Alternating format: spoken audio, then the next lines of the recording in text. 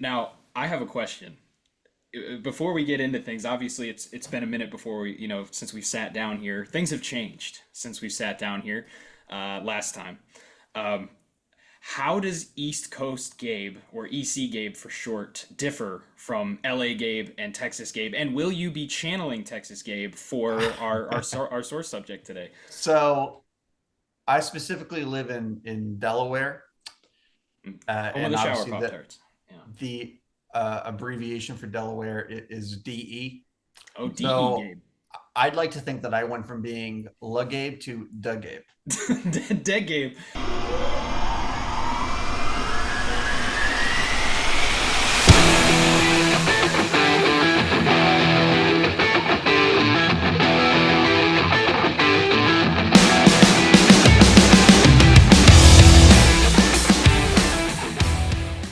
So for anyone who has been watching us or listening to us for a while, you know that I already went through a move once. I moved from Texas to LA. Then Changed you, after some man. time out there, yeah, I really miss Legade. He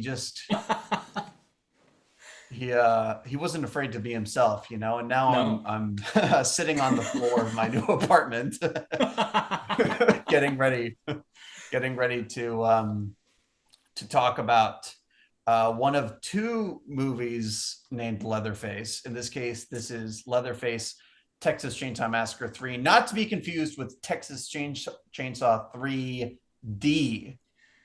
Which is a, technically a sequel, but It's not a the second one. direct it's a direct sequel to the Yeah. original, sort of like the movie that we're about to talk about, Texas Chainsaw Massacre 3, because that is Yeah. also a sequel to the first one, presumably ignoring Texas Chainsaw Massacre Part 2.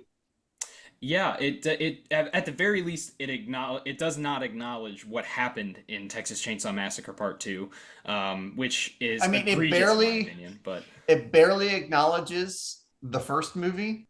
How do we even get into this film, Leatherface Texas Chainsaw 3, not to be confused with either Leatherface or Texas Chainsaw 3D? yeah. I mentioned this to you off air, but somehow this franchise has a worse problem with titles than the Halloween movies. Yeah, yeah, I don't know when you have that kind of stiff competition from a series that, stole their names for several of their films from the Pink Panther movies, and you're not doing as well as them, I think you're in trouble. It's, I mean, it's all over the place, just like the franchise. I mean, the movies and the things that they play off of are so all over the place that even just talking about this movie has the potential to confuse us and get us talking about different aspects of different movies in this franchise. The one that came after it, the ones that came before it. It's just a bit of a mess. I do You want know, to I address the elephant in the room though, because last time we were on this channel, this was not what it looked like. This is not what the name uh, was. We've been doing Patreon episodes as we prepared for what this not that bad looked like moving forward. We hope everybody looks or likes the new look of everything so far. Obviously, same logo, same us, different everything else. New day that we're releasing these. Fridays is the day for not that bad from this point moving forward, and we got technically a new home here on the That Bad Media channel after we went through our rebrand yeah, a here. new home, a new residency, Yeah, a new coast for me, and yeah. now finally Connor and I are on the same coast, the East Coast. Thank God that will work wonders for our scheduling, folks. Don't want to peek behind the curtain too much here, but Jesus, I am very happy about this. So, like you said, it's difficult to find a spot to sort of poke the skewer in to talk about this movie. I want to bring up something first, though.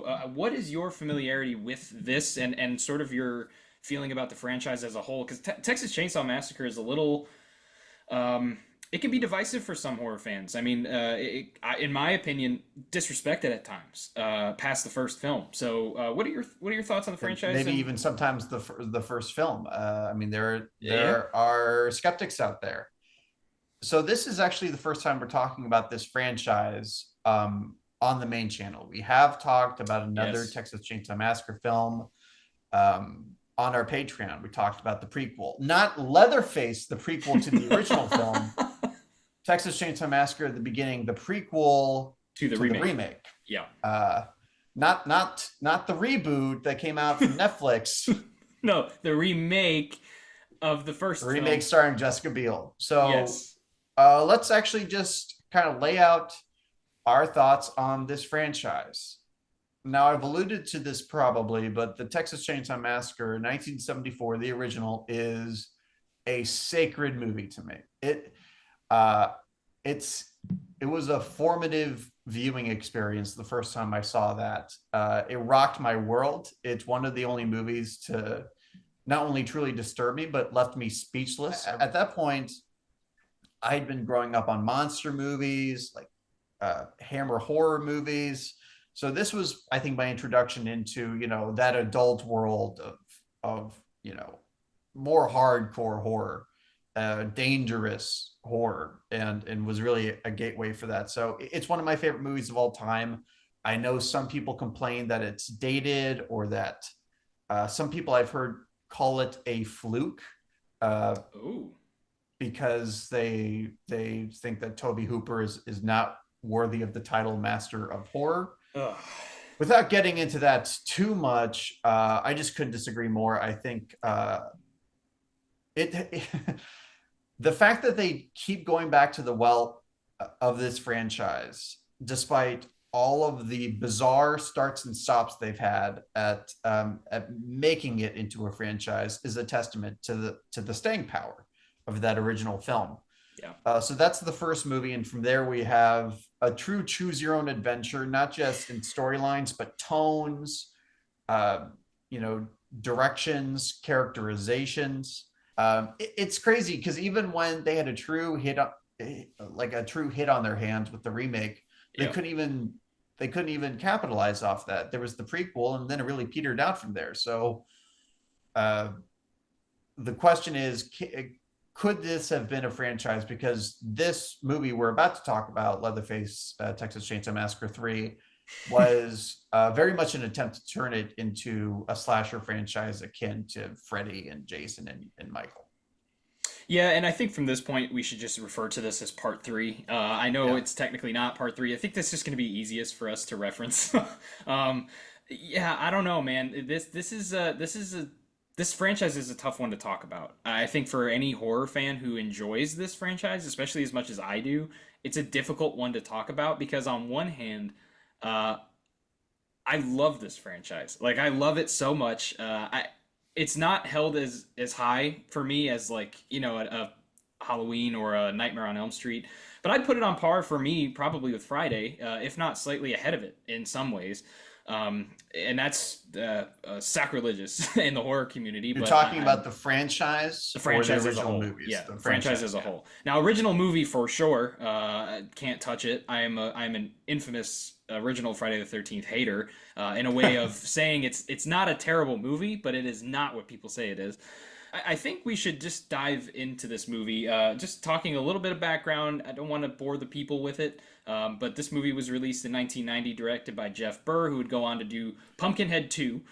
Rest in peace, by the way. New Line Cinemas commissions, they buy the rights to the Texas Chainsaw Massacre because A Nightmare on Elm Street had more or less run its course. They wanted a new franchise, and they tried Yeah. to do that a few times with a few different characters, Yes, they did. mostly to tragic results. But they hired Jeff Burr, who was, he was a B movie director.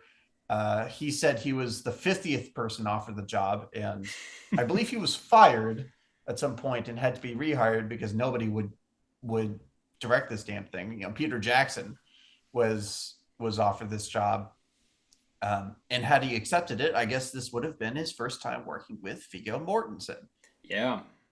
That's an inch. This is also the first, if I'm not incorrect, this is kind of the first Texas Chainsaw Massacre movie of two, I guess, that would feature an actor who would eventually. This would not be the cause of their rise to fame, but it No. would be a stepping stone in their rise to what they would later become. Of course, the next film would do so with Matthew McConaughey.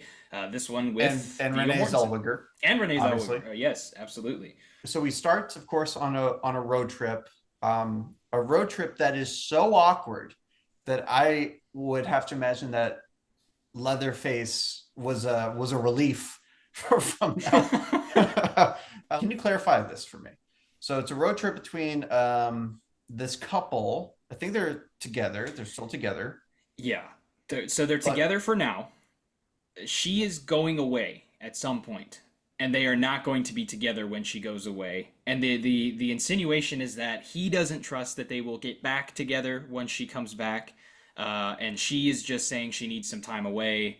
Um, Truthfully, unimportant to the plot of the movie. yeah, she needs time away from this guy, which is why they're taking a road trip from California to Florida. Taking a road trip is a classic setup, and it's not one that I'm gonna shit on for being too cliche. But you gotta do more to let us know what is the significance of this trip. It's sometimes screenwriters really confuse like arguing for drama. So Yeah, they think that that they're inviting us into the worlds of these people by having them argue and bicker and talk back to each other. And that man that she's with looks like a an adult child. You know what I mean? Like he has these like he looks like yeah.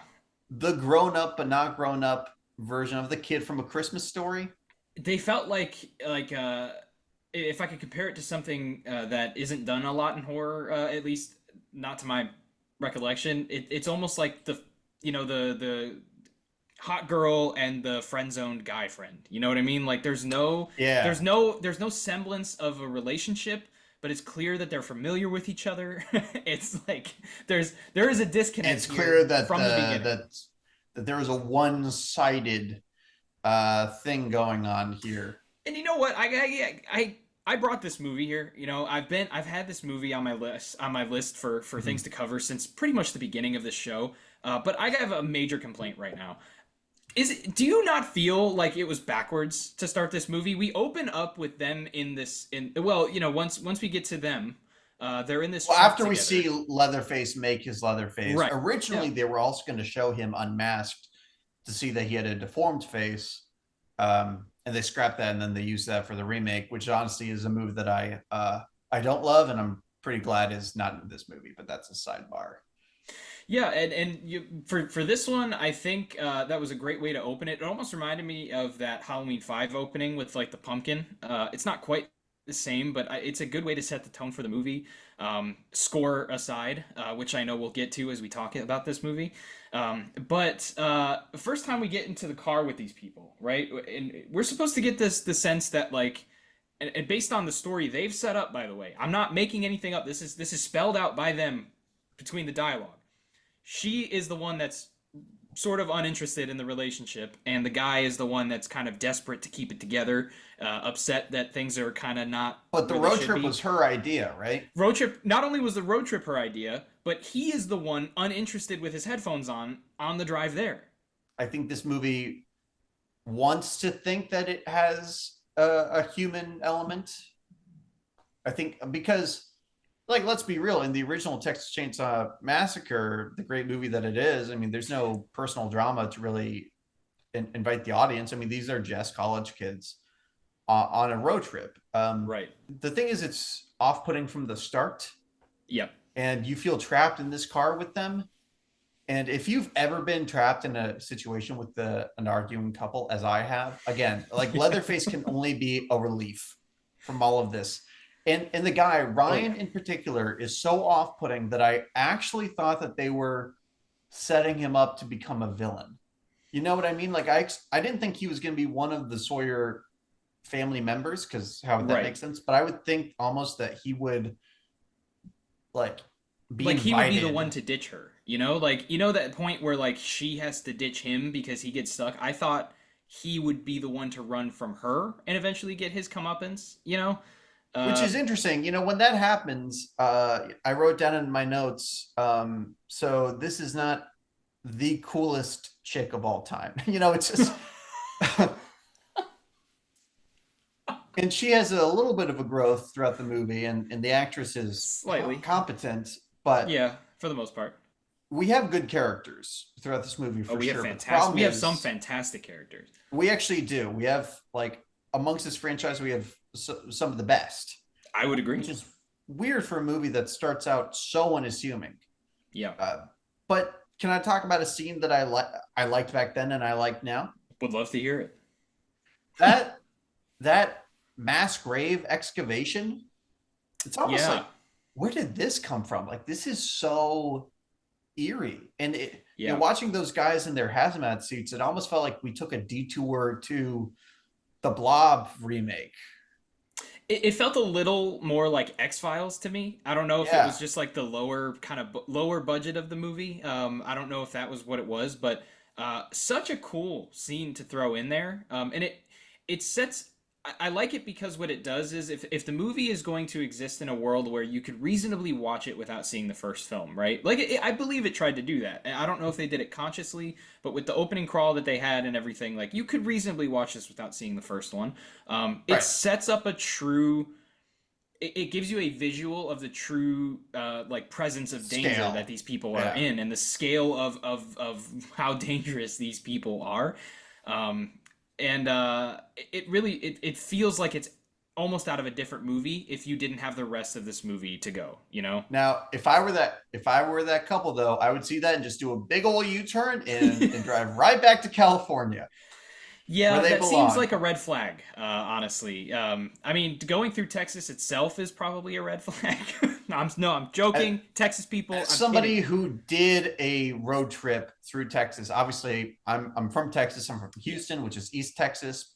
But on my move from California, me and my wife did a road trip, and we drove through all of Texas to get to Houston. So from west to east, and I saw some things. I saw some things on that trip.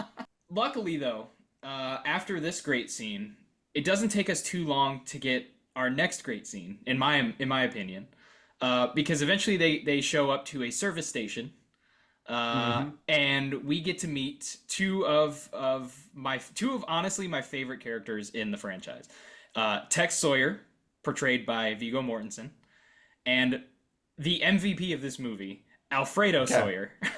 So I wrote down in my notes, all right, Ken Foree is the MVP of this movie, and we'll get to Ken Foree. Yeah, But then a few scenes later, I scratched that out and said Tom Alfredo's the Everett. Yeah, MVP Tom of this Everett as movie. Alfredo Sawyer is the fucking MVP of this movie. The guy carries the load. And don't get me wrong, I think Viggo Mortensen's performance in this is actually like really good. I think Matthew McConaughey, when you watch him in Next Generation, you can kind of in some scenes you can kind of see how this guy could be big, but like, a lot of it is like, oh, this guy has the look of a movie star, right? Like Viggo Mortensen, when you watch him in this movie, like he's got a lot of subtleties to his character that really help kind of show who this guy is. I really liked his Yeah, performance I too. think I think all of the villains' performances, I think all the actors bring that kind those great touches to their characters, and I think I'm not sure how great these villains are on paper, but there's something about the actors that bring them to life, and especially watching their chemistry together And you know what? I in the want to back include half of the Jennifer film. Banco in that. Yeah, returning to the show, Jennifer Banco, who was in The New Blood when we covered that movie. She plays the younger version of our main psychokinetic character. In this one, she plays the little girl. I don't believe she even has a name. I think she's just called the little girl.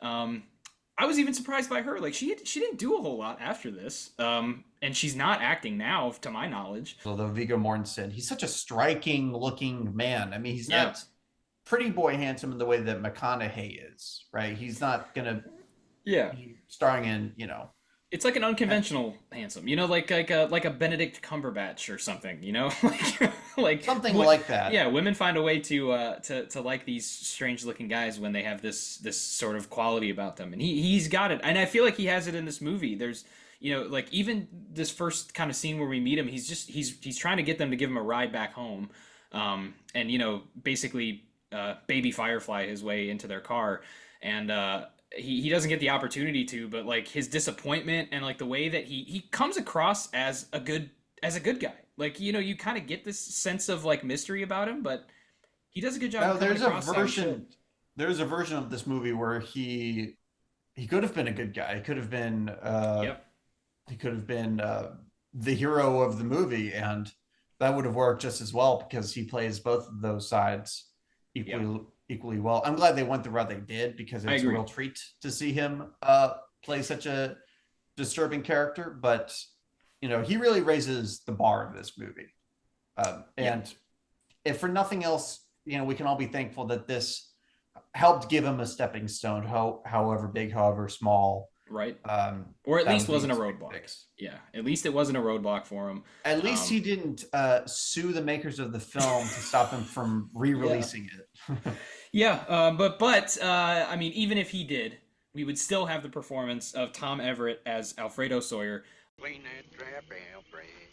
Clean it good. Oh, you motherfuckers, don't tell me what I should do. Who we both at this point have acknowledged as the MVP of this movie, He's the immediately Captain shining. Spaulding of this movie. Oh my god, immediately shining in this. His character makes me upset alone that we didn't get a sequel where he somehow survives. Because let me tell you, the moment you see this guy to the last moment you see him is a treat. It's a delight. Everything he says is great. Even just the small thing, I'm gonna service you real good, man. Don't you worry about it. He's got this way of talking that's so good. As the movie goes on, it gets even better.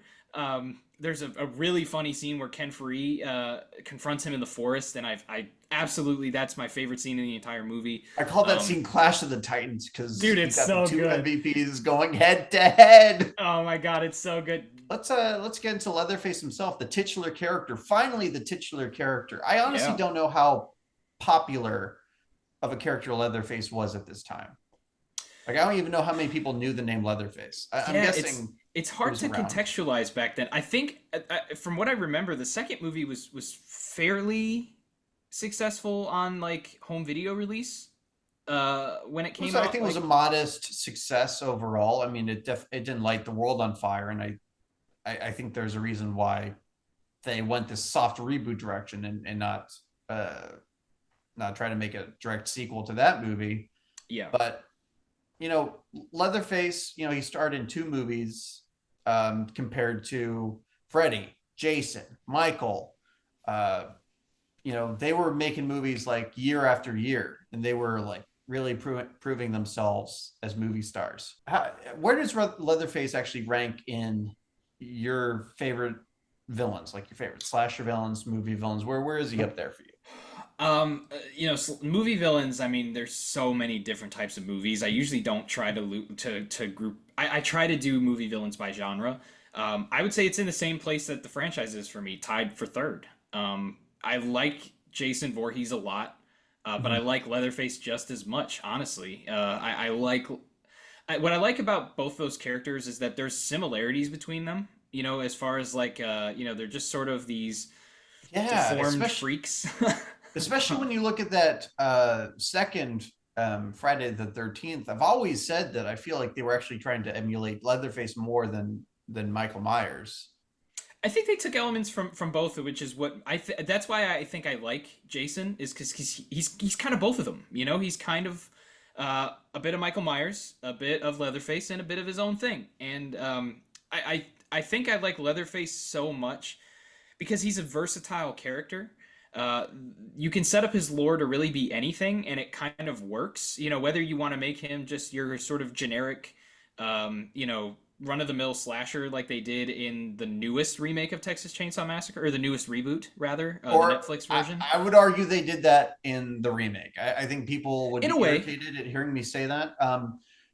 It wasn't as egregious as I'm making it sound. They stripped him of a lot of his eccentricities as far as what they distinguishes him from his fellow yeah, slasher icons. they wanted to go away from. So Tobe Hooper has gone on record to say that the first film and the second film were very much like there was a lot of dark humor in them, and part of that is Leatherface's eccentricities. I think him screaming and yelling and putting on lipstick and all that stuff, like. And I think with the remake, what they wanted to just be straight laced and like, we are making this guy into a scary thing. I don't think that it Although makes him unscary. they still incorporate They do. some Oh, for sense sure. of humor. It's I mean, respectful, I believe. I believe yeah, it's it's respectful. respectful. they strike a good balance. I like this Leatherface, which is important because Leatherface is he's actually my third too. I think if the sequels had been able to sustain what made him so damn effective in that original movie, he'd probably be higher. But I feel like they only really nailed the character once, and we've seen these very interesting variations on him ever since. Obviously, like in the second movie, you have a really goofy, Yeah. Almost like silly. yeah, almost like a comic relief version. Like he's not full. Like he's still got scary things about him. Like, but He's still threatening. I mean, yeah. he's more dangerous in that movie than in the first one. Oh yeah, for sure. But to me, he's like that's like the Patrick Star version of Leatherface. You know, he. I never thought of it that way. That's really good. I mean, he even like he develops a little crush, like a little schoolboy crush on our on the final girl. And Which, by the way, she's in this. She's got an uncredited cameo in this the movie. only bit of connective tissue between the third and the second. Now, Caroline Yeah. Williams says in her head she's still playing Stretch. They don't credit her that way. Right, and this is actually she's returning to the show too. She was in our Patreon episode on Leprechaun 3. So two returning two returning actors. Of course, to this she's show. she's in both of our favorite horror movies of all Yeah. time. Rob Zombie's Halloween 2. Thank you for being the one to bring it up this time, so that I don't. Are you scared? Are you yeah, a scared little that it's bit. getting played out? A little bit Because I was a little guess worried. what? It's the 15th anniversary, so we are not Yes. dropping that ball now. No, Yeah, maybe no, maybe sir. we'll see a little bit more about Rob Zombie's Halloween 2 this year. Who knows? Maybe the time is coming. Maybe. But Leatherface in this movie, I wanna say something about him that I think is really cool. I like that. Okay, so I don't like that we don't get as much of him as I think I would like us to have. People Especially have not called this that he's the titular character right. now. And people have called this the blandest Leatherface. I don't agree with that. What I do think is though, I'm really surprised more people don't talk about the fact that I really think they capitalize on this guy when they do show him. I mean, we still have some of the eccentricities about him, right? And I want to talk about that in a second because we get a really cool and fun scene, like a break from our madness, if you will, at some point in this movie that I think is really cool. But first of all, the look. I mean, Greg Nicotero was, I believe, the lead effects on this movie, designed and helped put together this Leatherface. Honestly, and I know this is controversial, this is actually my favorite design for Leatherface, aside from there. the remake. The remake Ooh, is. I really don't like the remake look. I know that that's a hot take. See, the remake. Here's the thing about the remake. It's the first Texas Chainsaw Massacre movie I had the pleasure of seeing. So that's my sort of definitive look for him. And when I see an older version of him, I have an appreciation for it. And obviously, you know, that would turn into the evolved look of him over time. I know people have complaints that it looks a little too like rubbery, and not looks too face rubbery. enough. He looks like the Joker to me. Yeah, I don't know. There's something about it works. I don't know. I don't know what it is. But this movie has that same quality for me. It's something about that look just works for me. I like that they sort of 90s him up, but not as bad as like Halloween did. I think they did a better job than Halloween did. Do you like his mullet? It works. I gotta say, it kind of works. I feel like it works. The only time I feel like it doesn't work is the end of the movie, where he gets where his hair gets all wet. Because the mask is just subtle enough in that dark light. Which, by the way, this movie is very dark. It's when they go outside, you can't see anything. They spend a lot of time outside. So at the end of the movie, you know, I don't want to get into it too much, but you know, Leatherface gets drenched in water and is in this lake or pond. And I like couldn't tell it was him at first. I was like, "Who's this lady?" All of a sudden, the first time I watched this, by the way, I was like, "Who's this lady coming out of the water?" I was like, "Oh, that's Leatherface." Okay, yeah, I see it now that they zoomed in, but in the dark, I couldn't tell who it was. I want to ask you though, where does this rank amongst your Leatherface looks? The look is up there. Of the Leatherfaces that I'm gonna call the Jason Leatherfaces, like the ones that are trying to serve that purpose of being the big bad, because Yeah, in those first two movies, Leatherface plays a pretty different role.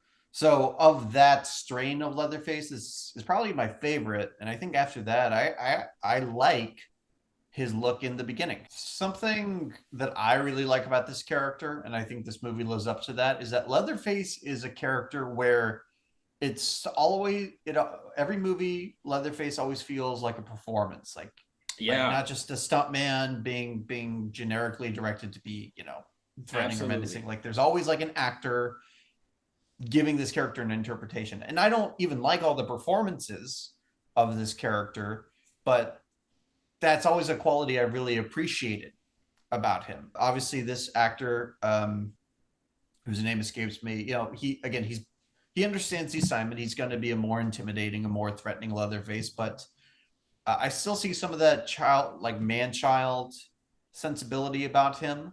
I like how curious he is with technology and just Oh, kind of like dude. playing with his victims. He is a loving father to this little girl. Now, the thing that I don't like about this movie's Leatherface is that they turn him into a rapist. I don't know why that bothers me as much as it does, given who Leatherface is based on, Ed Gein. It shouldn't come as a surprise. I just don't like the fact that in the 90s they were making all of their slasher villains a bunch of sex pests between him and Michael Myers. I will say this. This is by far the less egregious version of that for me because it seems not out of the question. We sort No, of it's sort of hinted towards that in the second movie. That he's got this side to him that's less about killing. He's more about loving, if you know what I mean. And in this one, they do it subtly enough to where there's nothing outright disturbing. There's nothing like they don't show you anything. It's an illusion, right? They talk about him knowing what to do with the ladies' privates.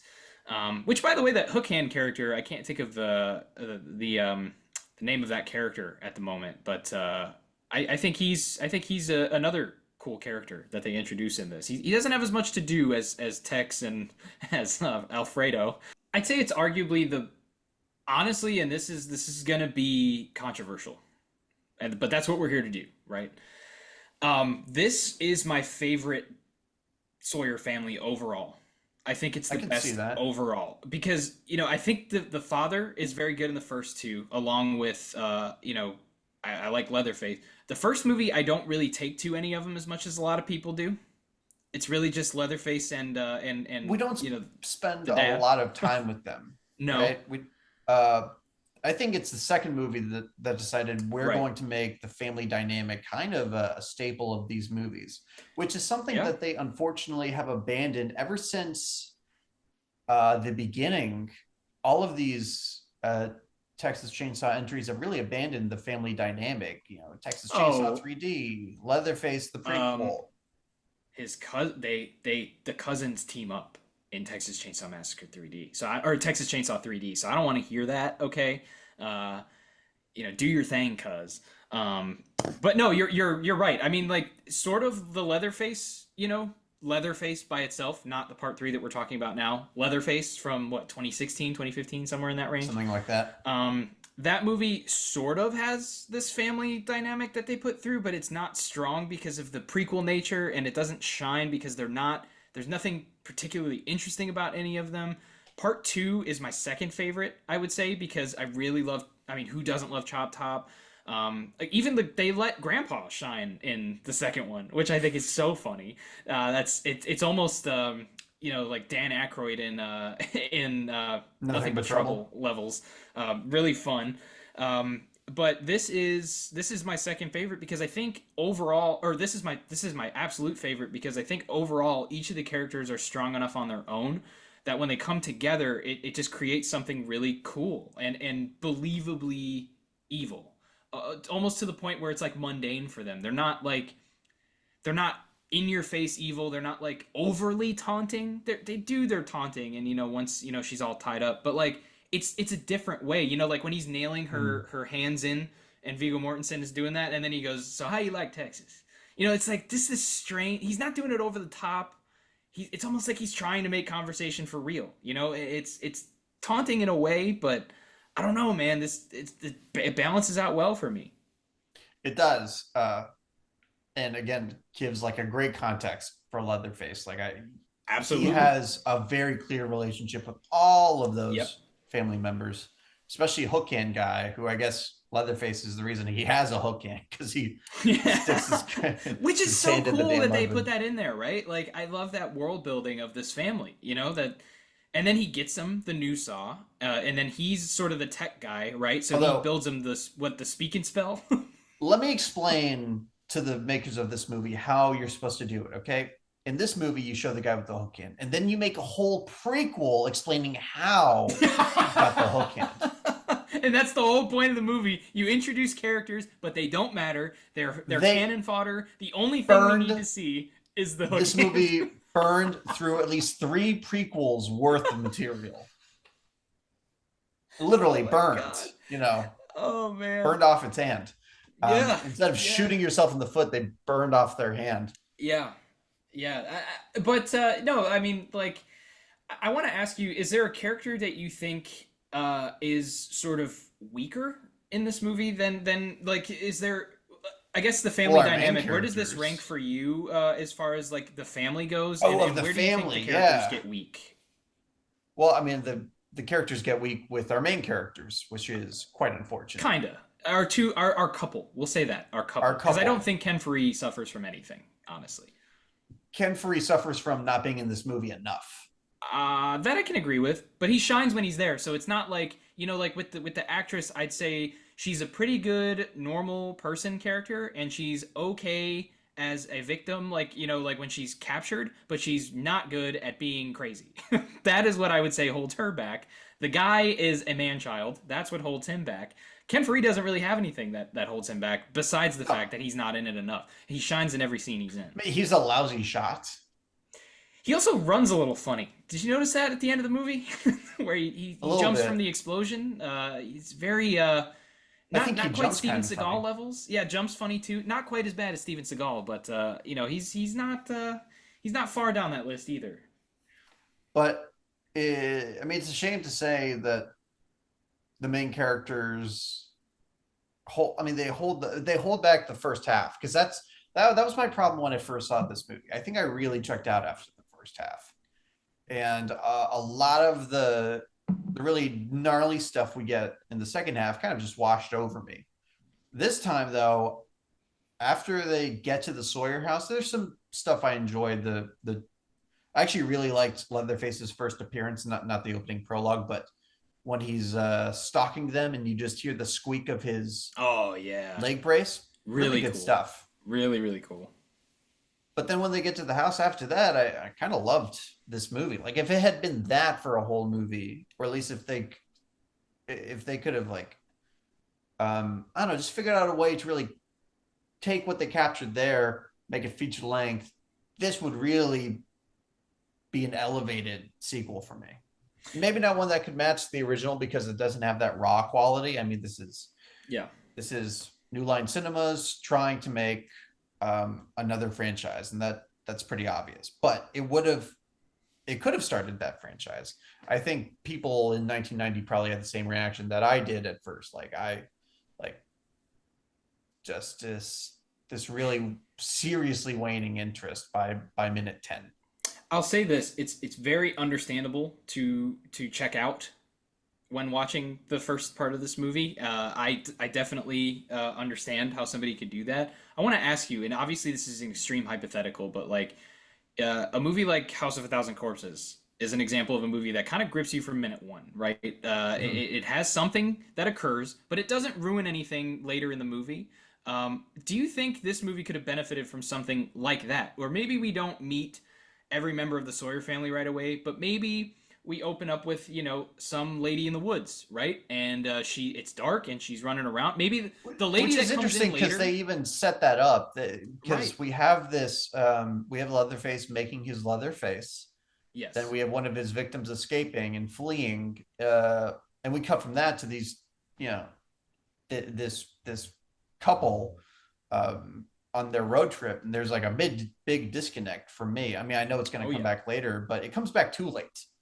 And I it actually feels forgot out of about that place. girl. Yeah, Yeah. it feels out of place. If we would have opened up, like, let's say, she escapes, and then we get into the movie, and she's running through the woods, and then maybe, false jump scare, she runs into somebody that's also in the house, and they escaped, and then Leatherface just cuts that person's head off, right? She still lives. You still get her later in the movie, like you've already written into the script, but it gives us something.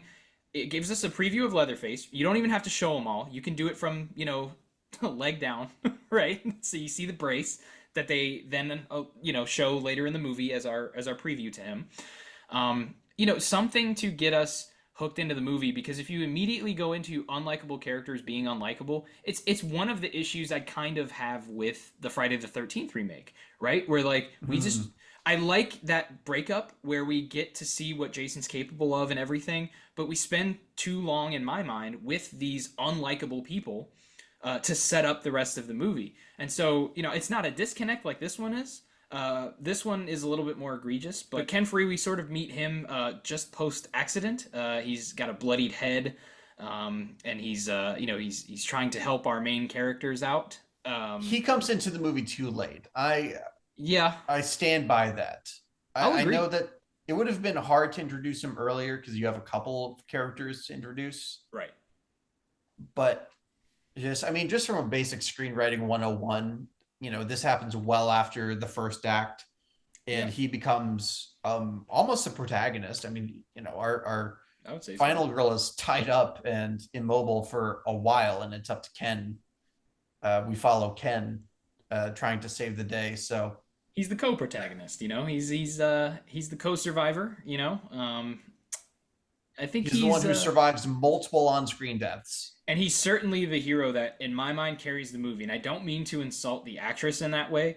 I don't think she was given a whole lot to work with. I don't think they played to her strengths as an actress, because she's got some strong moments in this movie, man. But like, then they make her go crazy, and we'll get there. But with Ken Faree, now at this point in time in his career, he had of course was known for Dawn of the Dead.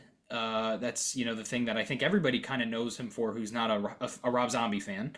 But he's coming off he's coming off of Phantom of the Mall: Eric's Revenge, Which he believe has it or not, a it's a higher terribly rating. small part in. It has a No, higher really? rating than this movie. Yep. Well, I do like that movie, but that's a little bit of a crime. And speaking of crime, he is criminally underused in that movie. It's actually, Yeah. I had to pause the movie and really look at him. Like, did they cast Ken Faree as a nameless security guard? Like, I know his star wasn't where it was now. I mean, now he's a pretty big damn name, especially to people like us. But In the horror community, for sure. yeah, but he had a great part in From Beyond. Have you seen that? Yeah, I have. I would Now, agree. we do see his bulge a lot in that movie. And I'm wondering if Unfortunately. maybe people didn't want to see Ken for a while after that. So Yeah, I don't know. And like when Rob started putting him in his movies, like he's in the first Rob Zombie's Halloween, and he's in Lords of Salem, and I would argue Lords of Salem is one of his strongest performances in a movie. They gave him a it's one chance of the to best just be a normal dude. movies. It's one of the best movies ever made, so that's not surprising. Ken Faree, I think, just as he shines through in Lords of Salem, I do believe he shines through at moments in this. Sort of similar to the actress, I don't think they gave him material that quite plays to his strengths as much as Oh, you don't they think should so? have. I don't know. I think he rocks in this movie. I think he rocks as well. The complaints that I have are moments where I don't feel like he interacted enough as the action hero type, because that's what he's set up to be in this, right? He's kind of set up to be like the action hero, the one-liner guy. He's got some good ones, I think, but he's got some weak ones too. Like I think his weakest moment in the movie for me, and I don't think it's a weakness for him, I think it adds a lot of charm to the movie, but certainly didn't play to his strengths, is when he sort of sees that Leatherface is about to carve up our leading lady, and he's like, what does he say? He's like, "You motherfuckers," and then shoots through I think the he just window. says motherfuck. That motherfuck, that could be it. But like, he's got some great one-liners, man. Like there's that part where he's talking to Viggo Mortensen. He's like, "The Like, why are fuck you is doing wrong this?" with you people? Why don't you leave us alone?" And he's like, "We got hungry. Haven't you ever heard of pizza?"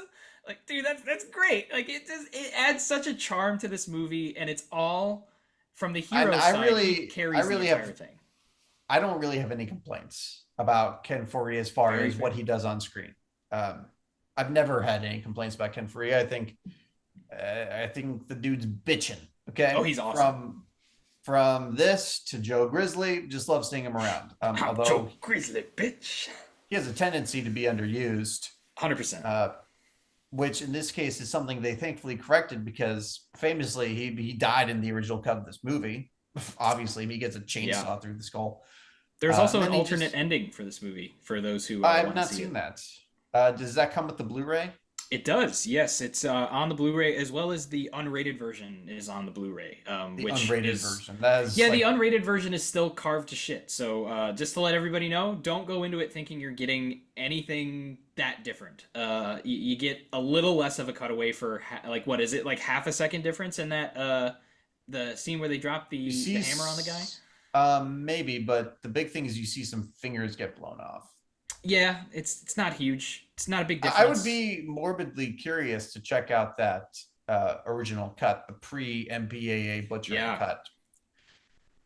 But Ken Foree, what I do like, I know you said something about how he doesn't interact with the family as much as like maybe an action hero should, but I like that he doesn't just come in and Oh, I Rambo do it like up. that. Yeah, Yeah. I wish his I think well first of all let's talk about this movie's fairly short. It's like what an hour and 20 minutes. This movie really barely registered with me when I Yeah. first watched it, the way it flew by. And I think that's a structural problem. I think it's just backloaded. If you had kind of broken, because I think the stuff that goes on in the house is gold. Like this time, I Yeah. really pretty much loved all of the details they threw in, all the lines, all the macabre warped shit. I mean, this movie actually genuinely upset me with some of the images it showed me. Dude.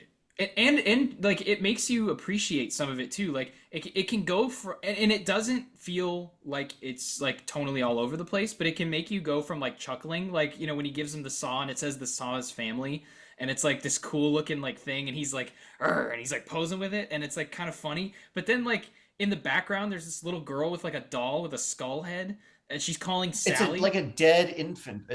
Yeah, It's like supposed to be a dead I infant think that so. skin is And rotting away. her room is full of human bones that one of which she uses to stab our protagonist. Dude, like there's some upsetting shit, but it like would you agree that this movie kind of strikes enough of a balance where it doesn't feel all over the place? You know, like it Well, it's feels not like it fits. it's not all over the place in that it's like di- disjointed.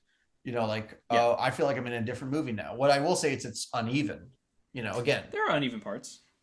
it's just totally backloaded for me. I Yeah. mean, if you could take that stuff in that house and find a way to kind of sprinkle that throughout the movie, you'd have a really meaty movie.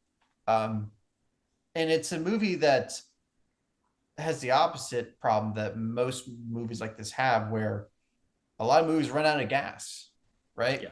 I've seen a lot of movies with great openings that just the Friday the 13th I think is a pretty good example. The remake, Absolutely. that prologue it peaks with the prologue, and then kind of steadily loses gas, and by the end of the movie, you know, I'm like ready for it to end. Not so with this movie. I like when it ends. I'm like but we just got to the good part. This movie definitely. So first of all, it's an easy watch. Like it's not one that you're going to sit down and I love Godzilla '98, but that movie is arguably the longest movie ever made if you watch it. Casablanca is right up there for me too. You just sit down and watch it, you're there forever. This is not one of those movies. I've never heard someone compare Godzilla '98 to Casablanca, especially unfavorably. So I can't just let that slide. What do you mean Casablanca is the longest movie ever made? What do you Oh, it's mean so by long. that? Oh, it's so long. It's Oh my God, it's so long. it's the perfect movie. It's a perfect movie. Oh, congratulations for thinking that way. I think it's long as hell. But anyways, I don't like the finer things in life. I like to drink fucking whatever this movie is.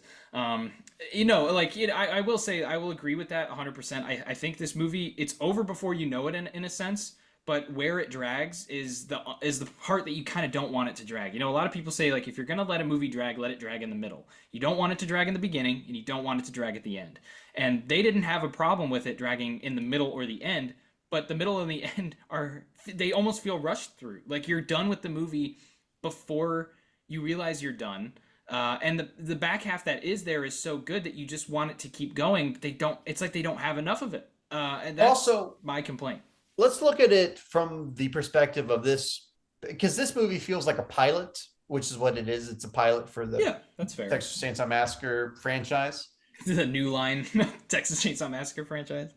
But is it a good one? Because a number of my favorite characters die, but not enough characters die. That little girl didn't die. She didn't get her fucking head shot off or something, which is that's the only time I've wanted to see a little girl perish in a movie. Yeah. Here's what I honestly think. So I do think the ending of the movie is and there are a couple of parts that I want to go back to before we end our discussion, but I think the end of the movie for me, I actually enjoyed what they did there, sort of alluding back to the first movie with Leatherface kind of showing up at the end and walking up to rev his chainsaw once again before we go to the credits. But I almost would have wanted almost like a family portrait kind of ending, where we sort of see the aftermath of all these characters surviving. I don't think Alfredo should have been shot. I don't think he should have showed up again at the end unless they were going to show that he survived his encounter with Ken Faree. I think Alfredo should have lived. I think Tex should have lived. I mean, I think they should have done something with Tex where he's seems deformed like now. Tex seems like the star, other than Leatherface. Who, Leatherface is always going to be around. You can't kill Leatherface. But if you can find somebody to be the face of it, an actor to be the face of it, that's what you want. That's like a really that's a quality that a lot of these franchises don't appreciate. Like, yes, we do like the masked villains. We all like right. Yeah. But that's gonna sell the merch. You need someone to counterbalance that. So Halloween has Donald Pleasance, and I would argue he's more responsible for the sustainability of that franchise. The thing is that Robert Englund as Freddy Krueger, he's not a masked killer. He's disfigured, but his face is on all the posters. We love Freddy. We can't imagine anyone else playing Freddy. And that's something that the Friday franchise, Friday the 13th, didn't really have a handle on. That's something that I think it could have really benefited from, even though I love those movies. You do miss that continuity of a familiar face. I wish there was like a Laurie Strode or a Donald Pleasance or a Nancy or something like that, or a Sidney Prescott. Best example. That's why the Scream films are always, they're so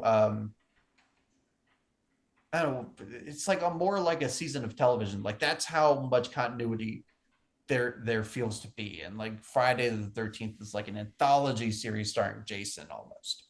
What I think I appreciate about this movie is that they don't necessarily try to be that over the top and do that much. Like the humor that they use in this is very different, I think, than the one that they did earlier in the franchise.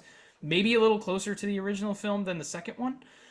But I don't feel like they try to go that much over the top. And I think the funny moments are much more subdued, one of which is my second favorite scene in this movie. I want to get your opinion on it.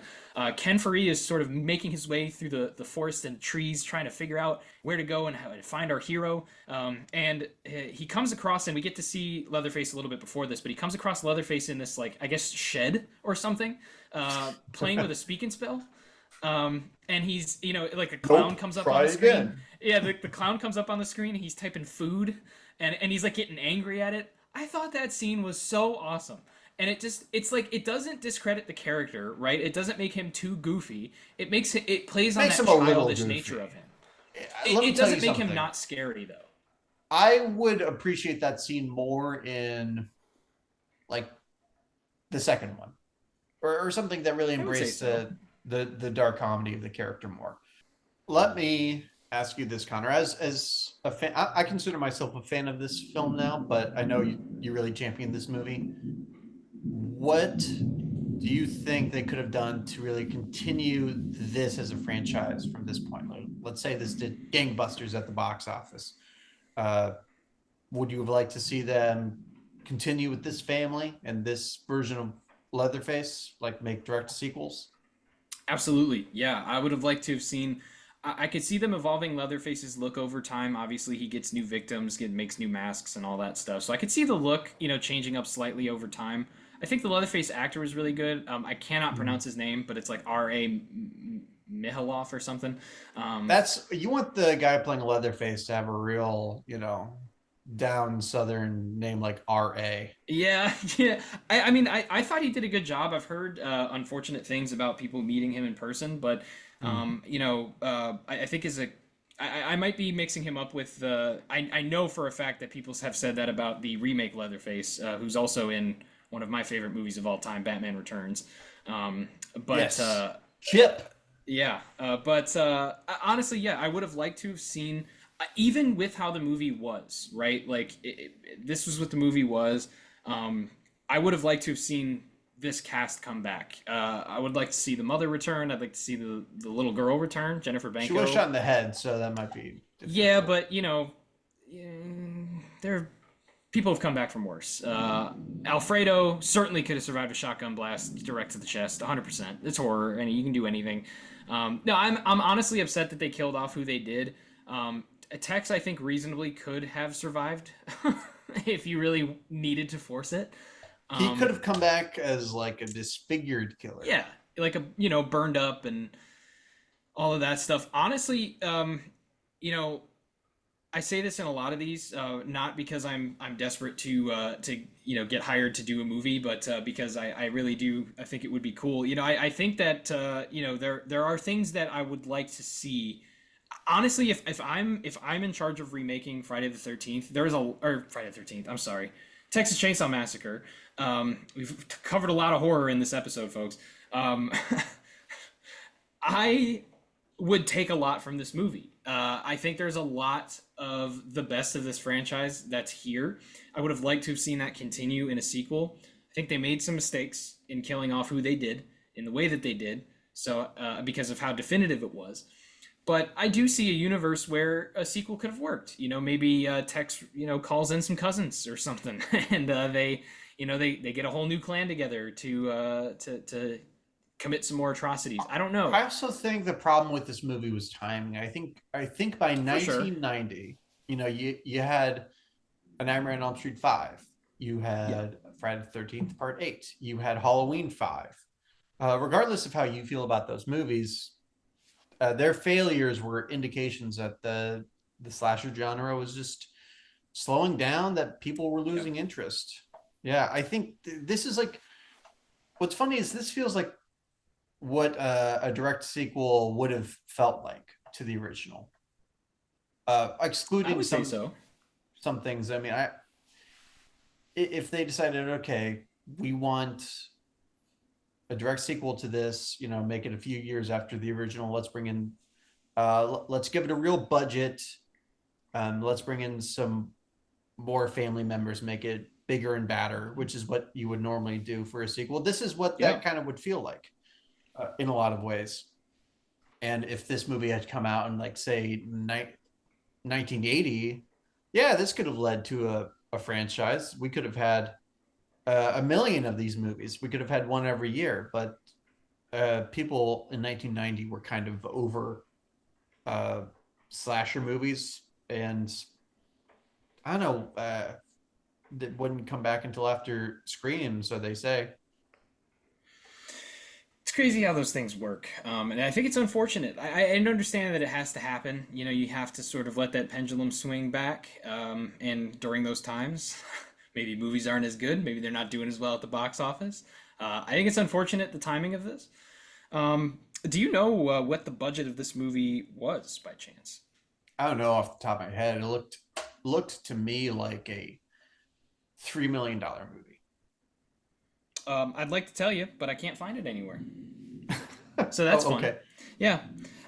It's fun that, I think that's interesting, though, because I know 2 didn't do as well as they hoped, right?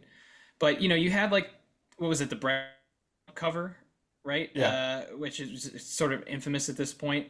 A lot of things working towards that second movie. Um, I'm just sort of confused about one thing. So New Line has the rights for this, right? And that's how it is. It's not long after this that Next Generation is made, and that is not a New Line movie. Oh, they So sold the did rights they? after this flopped. So I find that interesting that they would sell the rights because if a studio got a movie like this now and it bombed, like I think we've kind of seen the template, right? They just reboot it again. Like Is that how it I goes these I days? feel like it. I mean, like I can't think of a ton of examples, but one that comes off right off the dome is Leprechaun. The same studio that did the remake of that is I think the legacy sequel I think is doing I a remake, guess but it has nothing that's to do. so okay. Leprechaun Origin. If you can't understand why No, that not failed, Origins, not Origins. Leprechaun Returns. right? No, but I'm saying Leprechaun Origins failed, right? So they made Oh Leprechaun yes, yeah, Returns. yeah. So it's just so obvious. Like, why did our Ireland Wendigo movie flop with Leprechaun fans? Oh, maybe we should actually make a Leprechaun movie.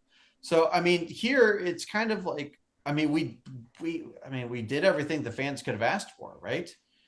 It was in Texas. It had chainsaws. People were massacred. People weren't massacred on screen. So again, could be a problem if there were gore fans out there in 1990 buying tickets, they would not have been satisfied with this movie. I guess the question is like, okay, this flops. Where do you go from here? Our zany, wacky, kind of spoofy approach that didn't light the world on fire. Are very serious, or at least serious enough to be stacked alongside, the slasher movies of the day that flopped too. So we don't know how to make a sequel to that first movie, and the time was not right yet to do a remake. It's funny, right? Because this is 1990, that remake is 2003. They could have waited 10 years and made their own remake, but Yeah. that was not in the cards yet. Yeah, and you know, I want to ask you this because I think this might be an interesting thing to look at. Right now, Texas Chainsaw Massacre is in a kind of an interesting place, right? Relatively, it wasn't a super high budget legacy sequel that we got from Netflix, but I mean, it looked like a movie, looked like a It was go to supposed the to be theater released. kind of movie. It was supposed to be released to theaters. That was the Yeah, intention. it's the only one I don't own on physical media. I'd like to. I don't Is think it even out on I don't physical think it's been media? released in physical form. I Well, it's don't believe Netflix, so. so I know Prey did. Hulu released Prey, so hopefully one day Netflix will release that this was after on. a lot of demand. I don't know if Yeah. there's that kind of demand for Texas Chainsaw Massacre being If released. if Right. if I'm thinking the way that I normally think, like in a couple of years, Scream Factory will probably do a big release of all the movies. Like they did with Halloween and Friday the 13th, and they'll do a big box set. But that sort of leads to my question, right? Like Leatherface generally is a very marketable character. You get a lot of T-shirts, you get action figures, you get all of these things with Leatherface as a character. But his movies, at this point, like the character is far more successful than his movies are, and generates much more revenue than his movies do, and gets a lot more budget than his movies do, and gets a lot more attention than his movies do. I mean, you're seeing just as recently as a couple of years ago. I mean, he was a heavily featured DLC character in a Mortal Kombat video game. Um, and so, what I'm curious about here is there even a demand for Texas Chainsaw Massacre movies anymore, or do we just want to appreciate what we've already gotten from Leatherface at this point as a horror collective? I think you can make the argument that there has not been the demand for a Texas Chainsaw Massacre franchise. I don't think there's really been a demand for more Leatherface films. I think the exception to that is, the remake that piqued a lot of curiosity. Yeah. It was a damn fine film. It was just a good slasher movie at a time when that subgenre could really need a boost, as it always seems to need. Yeah.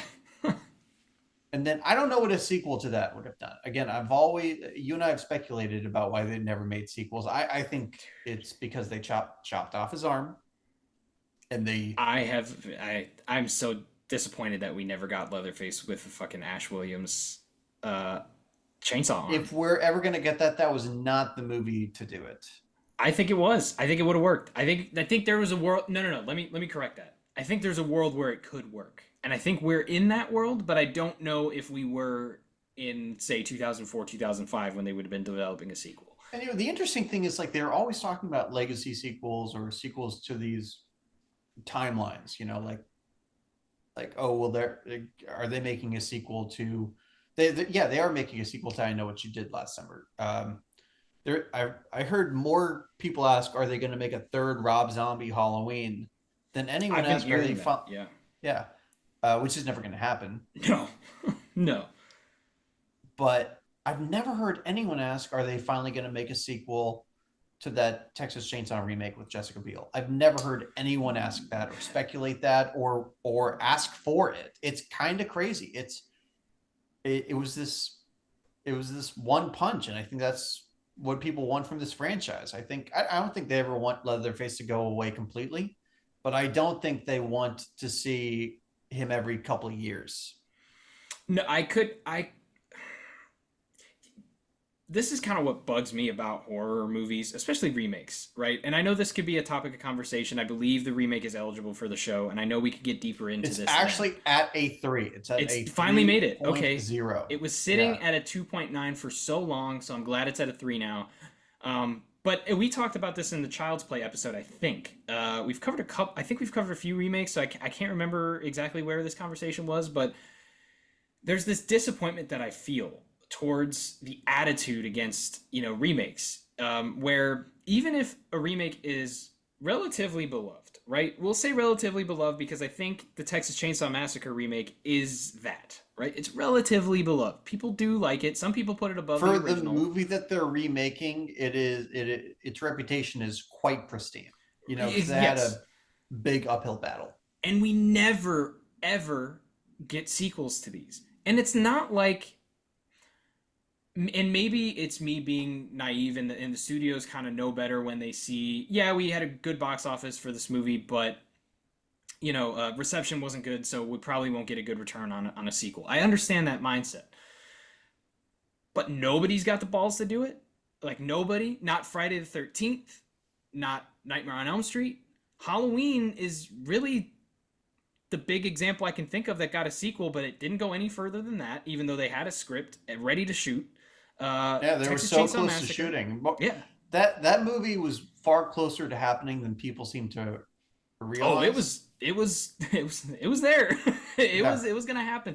And you know what? Like, and I want to say this, like, I'm so desperate for it. And you know me, like, I am a horror for commercial stuff, right? Like, when you take a movie, it's one of the things I appreciate the most about horror remakes, right? Because when you think back about the horror films of the 70s and the 80s and even the 90s a little bit, till you got like to Scream, when you could, like, there's not a lot of examples of a huge commercial crossover with horror films. You got Nightmare on Elm Street did, that was like the MTV era, right? Where, he's showing up on Nickelodeon to talk about the movie coming out, which is insane that happened. Look that up, by the way. Robert Englund went on Nickelodeon with the Freddy glove to talk about, I think, Nightmare 4. Nightmare 4, I've seen it, and those kids are not prepared to talk to Robert Englund. No. One of them asked, like, oh, do you miss playing Nice Guys? And Robert's like, oh, well, actually, it's funny you mentioned that because I'm doing a film, and we're actually modeling it after the Woody Allen film Stardust. Have either of you seen that? And these two poor kids just look to each other. They look more scared by that question than by the Freddy Club. Right. But that's my big thing, right? Is like once we got to the 2000s, we really started to see like a takeoff in, and some people don't like this, but like the commercialization of horror movies, where you'd see like the big example I can think of starts with Texas Chainsaw Massacre remake in 2003, right? You see, not only do you see posters everywhere, you're seeing tie-in merchandise, you're seeing it everywhere. And then you started seeing that with the rest of them, right? Like Rob Zombie's Halloween was everywhere when it was coming out. My Bloody Valentine was everywhere when that was coming out. Nightmare, Friday the 13th. Just the thought of horror movies being taken to that level, and not that we're at an awful point in time now, right? Like, sure, like people can argue that there's a little too much of a push for this elevated horror, right? But ultimately, like, the movies are still good. I just kind of miss the idea of like a commercialized horror and it being a franchise, and maybe it doesn't have the legs for that. Maybe the what I they're don't know. remaking doesn't have the legs, but I don't The know. I way think Texas Chainsaw had a good shot. the way I'll put it is I'm a populist. I like my critical. I like my snobby art house stuff too. I get it. I have a lot of Criterion movies right next to me. But I always want them to have a commercial power. And they Yeah. do. It's just very different. So Long Right. Legs, Yeah. that's the movie that's tearing up the charts. And, I mean, I've never heard people so astonished at box office numbers than what Long Legs did in its opening weekend. It's a $22 million opening weekend. Holy shit. Yeah. I'm pretty shocked by that, to be honest with you. It is, but I was really, really awestruck. I watched the TCM remake last night and I looked it up. Like, I mean, the movie made over $100 million at the box Yeah. office. Like, Yeah. that's a brain melting figure compared to Long Legs. I don't know what it'll end up doing at the box office. And this is not talking about quality. It's not a movie that's trying Exactly. to Yes. do those numbers. Not at Right. all. But people are always like, horror is back. Horror is back. It's, $22 million opening weekend. But just where horror used to be, call me shallow. I want those numbers. I want us to continue doing those numbers, man. I'm like Matthew McConaughey in The Wolf of Wall Street. Got to get those numbers up. Not that a movie like Long Legs needs to do that, but I think we need those tentpole franchises or tentpole characters. Yeah, and it's not like you don't have them nowadays. I mean, Halloween made a good amount of money, the first one that came back, and then it did amazing. That was a big deal.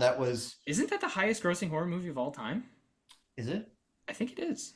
I guess that wouldn't be surprising. I think it is. I guess it is. But even like I Know What You Did Last Summer, the original, that made $110 million in 1998. Like, what the hell? Like I like that movie, but in the grand scheme of things, it's kind of a mid-tier horror movie, and had some star power. But $110 million, really, yeah. Like Chucky movies can't even get released to theaters anymore. Texas Chainsaw movies don't get released to theaters anymore. But I Know What You Did Last Summer. Yeah. How many? 7? Wait, what am I saying? Like 9 figures. Yeah. What? 9 figures. Right? I don't know. I mean, to relate it back to this movie though, like we're sort of at a point now where it's not quite as it was in the early 90s and even into the mid 90s, where like people are sort of starved for good horror movies, and they feel really like the horror movies that do have big budgets feel like sellouts, and the movies that have small budgets feel really cheap. And we're not there now. I think now overall horror, as far as quality, is at one of the best points that it's ever been at. As far as like, you have people who make movies for like $30 that are really high quality stuff. I mean, I'm sitting here with a person who made a low budget horror movie that really did a good job at doing what it was setting out to do. And you can do that on so many levels, whether it's independent or even big budget movies. I mean, one could argue that A Quiet Place is kind of doing that now. It's not necessarily a movie that I thought or wanted to, get a franchise out of, but it's still making good money at the box office. People are still talking about it. And people I like that appreciate prequel. That. People like that prequel a lot. So, it disappoints me when I look back at a movie like Leatherface and I see it at a place, in an unfortunate position where it kind of came out like a movie would now. It just doesn't have a lot of hype, didn't do a lot at the box office, and there are movies that get lost in the shuffle like that now. But even now, I think that movie would have a better chance, considering the Netflix movie did pretty. I mean, like, as far as people watching it, like a lot of people did watch it. So I don't know, man. I think I think you were right when you said Texas Chainsaw Massacre needs to take a little bit of a break. I think it could have benefited from a longer break back in It might 1990. be a franchise that is like a once in a generation thing. I think some franchises It could be. require that kind of time. I mean, that generational break from the original to the remake, they gave that movie a lot. It gave it the breathing room to find its own identity, Yeah. to put their own spins on tropes that are very very true to that original movie. It almost finds that perfect balance, tonally at least, of doing their own thing but staying true to the original. I think substance wise, that's where I think they played it too safe, but I mean, with the numbers that it did, I mean, it's hard to argue with that success, right? Ironically, I think the prequel had a lot more substance to it. It definitely, in terms of plot and characters, and then that's a movie that I think is considered kind of just torture porn. Like, people don't think that movie has anything going on. So I don't know, this franchise, and there's no consensus around it. That's the big thing. There's not even a consensus about what the best movie in this franchise is, because a lot of people love that remake more than the original. I will never get there, but I acknowledge that. We're gonna see where we both land. Yeah, Yeah. we will. So stay tuned. But Yeah. I know we've talked a lot about things that are not exactly this movie. We've had a wide ranging topic. Yeah, Of we've talked a decent amount about this movie too. we have. But this movie's place in the history of this franchise, to me, is just as puzzling as anything, because again, it was a moment where Leatherface could have taken the throne. Like, for a guy who, he's a household name. I actually disagree with you. I don't think he's very marketable. I think he's actually extremely off-putting to normal moviegoers. Really? Okay. Like, I think he's very popular in the horror community, which we are both a part of. That's sort of what I meant. Like, he doesn't have as much crossover appeal as like a Freddy Krueger, right? Which is baffling to me, because he's a child murderer. But I mean, even Michael Myers is pretty profitable. I think recent examples too, like Sam from Trick or Treat, like that makes sense. He's not quite there, but like, it's not unheard of for you to go out in public and see, a Texas Chainsaw Massacre shirt. You're just not seeing that from characters like Art the Clown nowadays, right? He's a guy who wears human skin for a mask. He's a cannibal. He kills people with a chainsaw. It's just very off-putting, I think, to the general person. I'm not saying that it's too off-putting, although some of those movies kind of test that.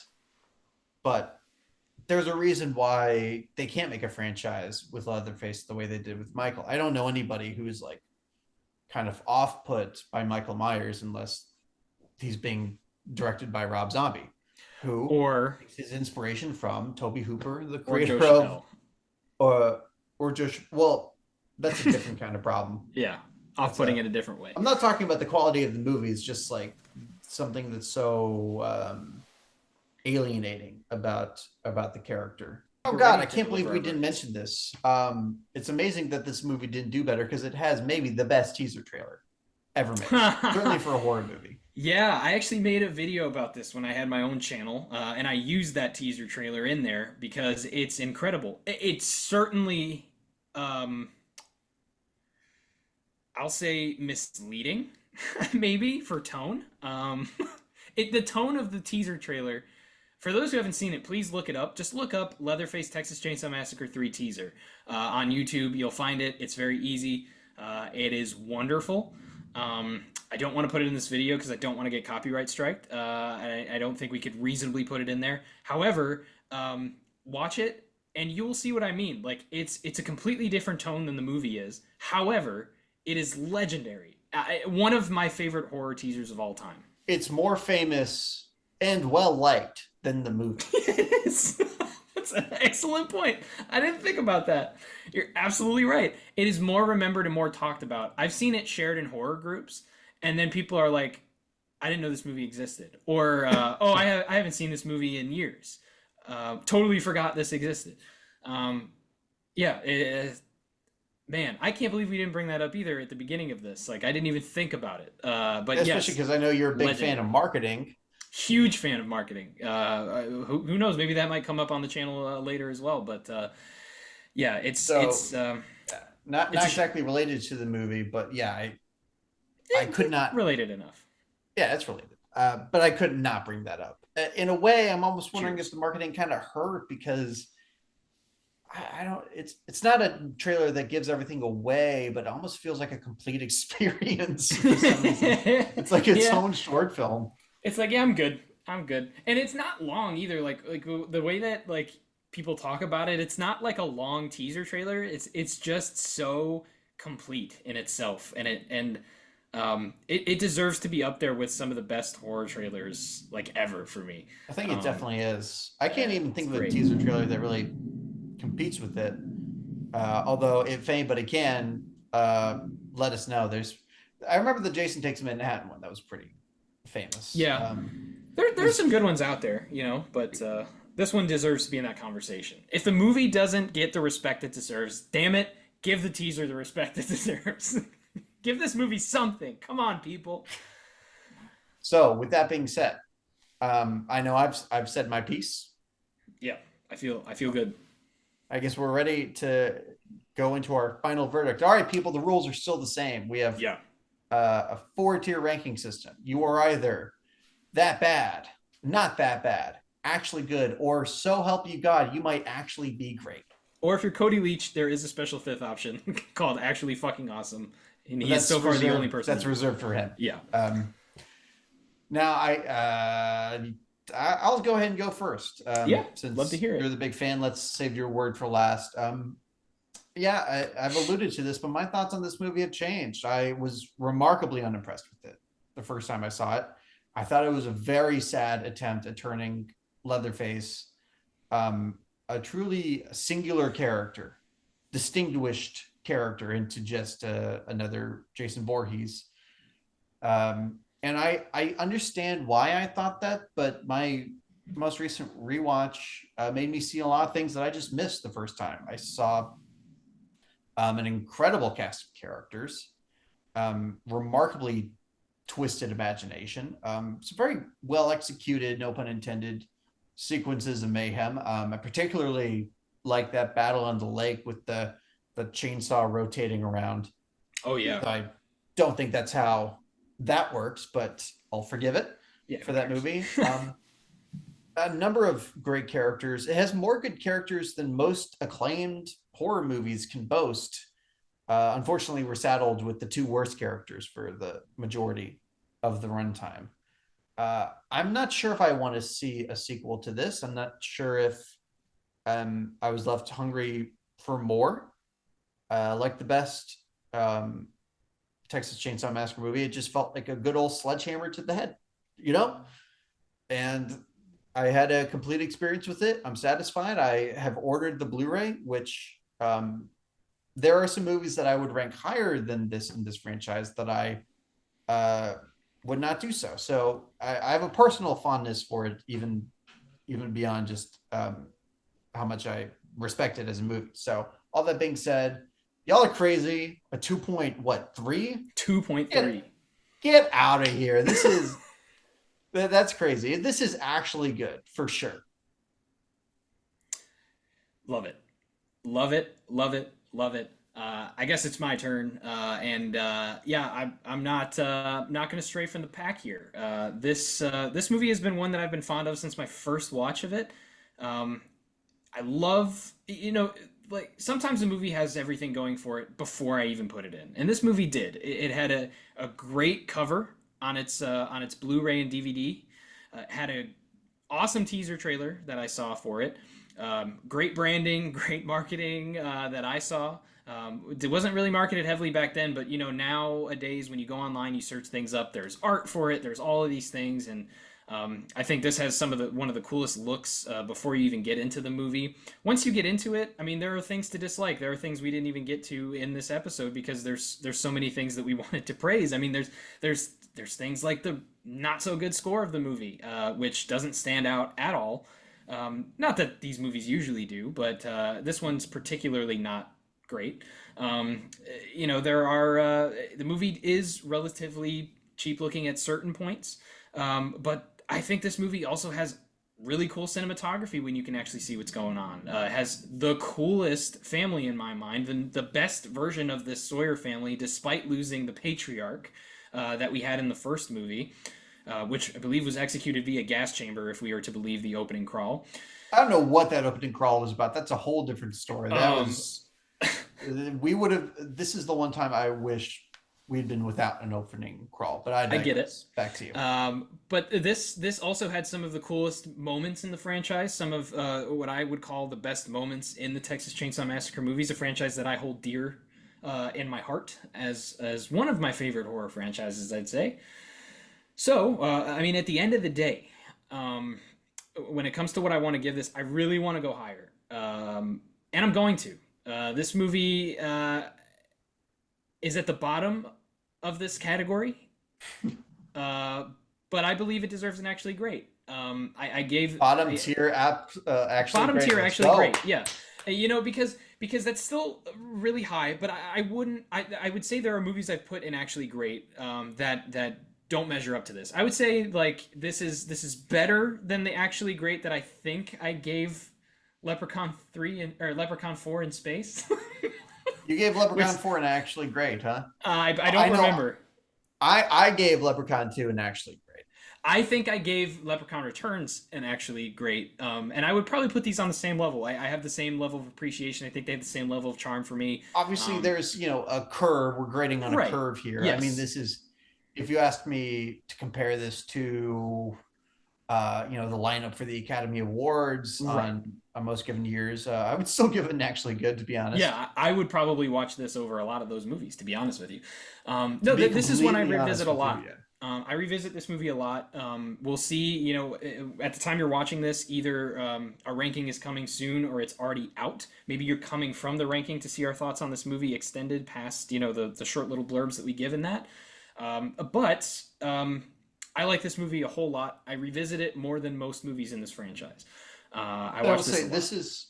This is actually a time where doing an episode on a movie has changed my opinion, because I only saw it the one time before we decided to do an episode on it. In fact, I know you had wanted to, and I just wasn't that interested in revisiting it. And I don't know why it clicked for me this time. Maybe I just didn't have a stick up my ass this time, because for most of my life, I'm glad I've been a total TCM purist. Like I would have. It's understandable. Really... that first movie is legendary levels of acclaim. Like I know people nowadays are coming around, and there's always been the people who it's not for me, but it's transcended its franchise. I mean, it's even more so, I think, than Halloween. It's just the movie that stands out the most from the rest of the ones that came after it. Whether you think it's the best or not. Yeah, I was about to take a shot at Halloween that I'm not going to do anymore. So I mean, I will kill you if you do. I'm joking. No. Let's wrap this up, because Connor and I have another video to record. So everybody, let's part ways. Let's say adios, and just remember, there's roadkill all over Texas, and there's a hell of a lot of that is TCM sequels. Yeah, and don't forget to we may be different than the last time that we saw all of you, but we still have things to horror out on. Of course, we still are on Patreon. It is patreon.com/thatbadmedia. That's right, even our Patreon is different. Our Patreon is going to have a wider range of content, because we have a wider range of content now. So make sure to check that out. If you really like us, if you want to take our relationship to the next level, baby, you can give us your money and we will love you long time. That's all I can really say. We can give you some cool content over there, some exclusives that sometimes we'll unlock the vault. Our last 3 episodes at the point of recording this one have been Patreon episodes covering the Punisher movies. I wanted to call it a franchise, but I don't know that you could really call it that. The not really unofficial related. Punisher trilogy. Yeah, the unofficial Punisher trilogy. We covered that. We discussed our Leprechaun movies. But if you're a TCM fan, if you want to hear our thoughts about the beginning, then that's still right there in the Patreon vault. So there's plenty of episodes like that. And we will continue recording. Also, we should mention we've also started uploading exclusive clips. Sometimes, you know, we try not to spill the tea on the main channel, but sometimes we just can't help ourselves. So we actually talked about a recent controversy amongst the creator community that I'm sure people have heard about. If you want to hear our thoughts about the In Praise of Shadows debacle, we're trying not to be a gossip channel, so we didn't include it here. But for you patrons, you get to hear us dish the dirt. Yeah, anything unrelated that we clip out of the episodes that we think would be fun to just throw up for no reason will be on our Patreon.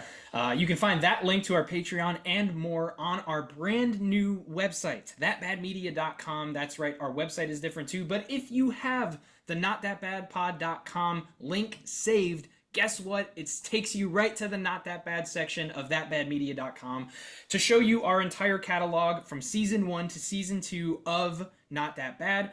We have a bunch of other content coming. You've seen it a little bit already with the inclusion of It's That Bad, a spinoff of this very show, as well as some other cool new content. I know Gabe has a video out recently, Black Sheep Theater episode on Shocker, the Wes Craven classic.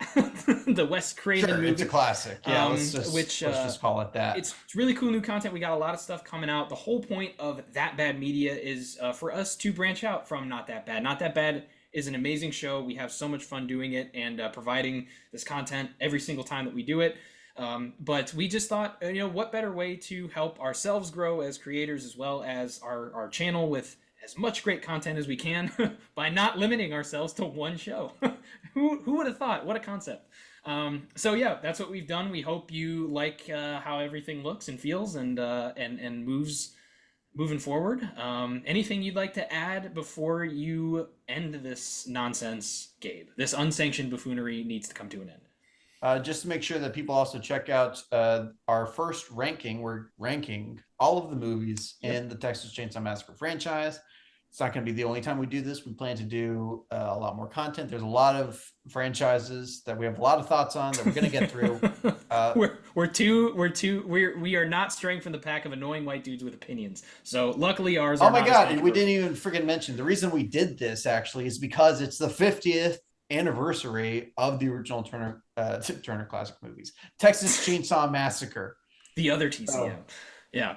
What better way to commemorate that special occasion than watching our official ranking of the entire franchise? Maybe we'll have some other Texas Chainsaw Massacre stuff come out before the year's over. We'll see. Maybe, I don't know. We're just feeling we're not playing by the rules anymore. So this is going to be. We hope it's entertaining, but boy, oh boy, is this going to be a clusterfuck for a while. We just hope you have fun watching it. So, yeah, folks, thank you for watching this episode, Mr. Tice. Why don't you leave him with something to take to the bank? All right, y'all. This is the most y'allsy I've felt in a while. All right, y'all. This is Gabe. I don't know who I am anymore. Okay. This is formerly Not That Bad. Now That Bad Media signing out. Woo!